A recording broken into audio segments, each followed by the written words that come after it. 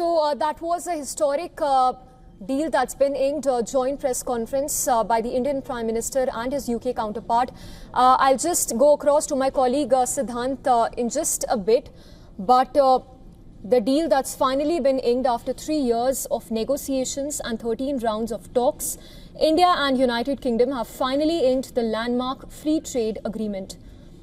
And with this deal that's been inked, important outcome also being, as mentioned by the Indian Prime Minister, that 6 UK universities are opening campuses in India. My colleague Siddhant is with us. Siddhant, once again, if you can run us through the details, the breakdown of this deal that's been inked. Well, a very significant event has taken place just now, a short while ago. We saw the first visuals of the leaders not only meeting but also taking part in the press statement. A number of issues, whether it is Khalistani extremism, whether it is the situation in the Indo-Pacific, or whether it is the economic offenders issue, that is something that is raised as well by the Indian side. Now, remember that this is a landmark day in many ways, something that has been said by both the leaders.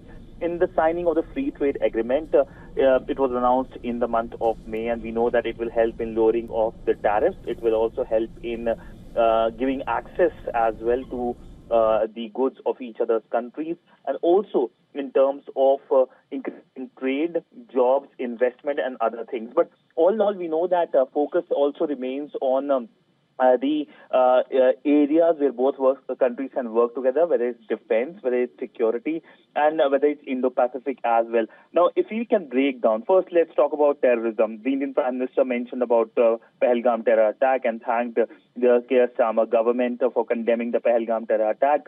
And also in terms of education, opening of 6 universities, that is something that was pointed out. Also, we know that the Indian Prime Minister talked about boosting the business relationship, the investment relationship as well.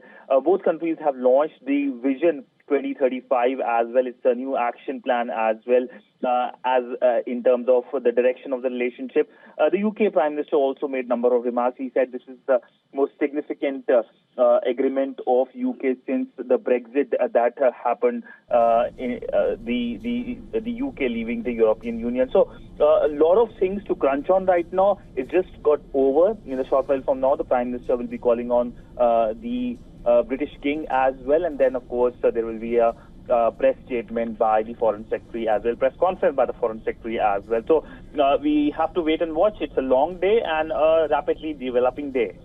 Yes, and Siddhant, important to also mention here that the deal has been inked just ahead of that August 1 deadline that's been set by Donald Trump for the countries.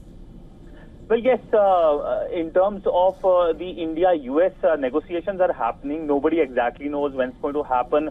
Now, the US trade deal is a different ball game, but there is a development in terms of signing of the FTA with UK, and this is something that Washington will be taking note of. Not only Washington, but Brussels as well, because negotiations are also happening for the India-EU free trade agreement as well. So 2 key free trade agreements currently underway when it comes to negotiations. One, of course, signed today, and another one, the FTA one, the TEPA one, between the FTA countries, which is known as the TEPA trade agreement, which comes into effect on 1st of October. So it's raining trade deals, I would say, but this is a time of global changes as well, and trading rules are being rewritten, and at that time, India taking a lead. So, needless to say, that important message that's also being sent out to the US with this deal finally being inked. We'll head into a very short break for now. Lots coming up after we come back.